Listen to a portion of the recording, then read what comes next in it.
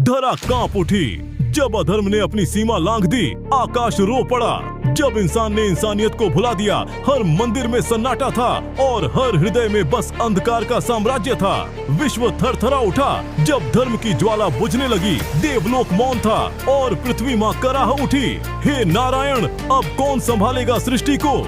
वह बड़ा हुआ, शांति की आंखों में तूफान लिए। गुरुओं की वाणी ने उसे शस्त्र और शास्त्र दोनों का ज्ञान दिया। उसके हाथों में तलवार नहीं, आशीर्वाद था और उसके हृदय में था एक ही संकल्प, धर्म की पुनर्स्थापना।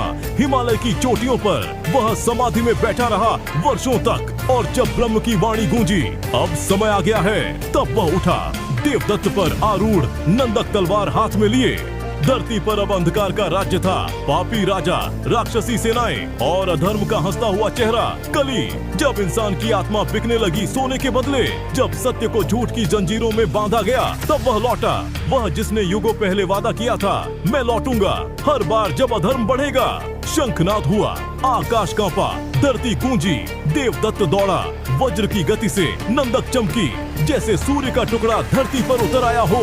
अंधकार के बीच प्रकाश फूटा और धर्म की सेना ने अंतिम युद्ध आरंभ किया। कली की हंसी थम गई और उसका साम्राज्य राख में बदल गया।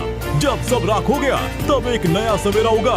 नदियां फिर गाईं, पेड़ फिर झूमे और हवा में फिर शांति की गंध घुल गई। फिर गूंजा एक स्वर, सत्य ही विजयी होगा। और वही स्वर अनंत काल तक प्रतिध्वनित होता रहा, मानव के हृदय में, प्रकृति की सांसों में। यह अंत नहीं, यह आरंभ है। कल्कि का युग आरंभ हो चुका है। धर्म फिर जीवित है और सत्य अमर है।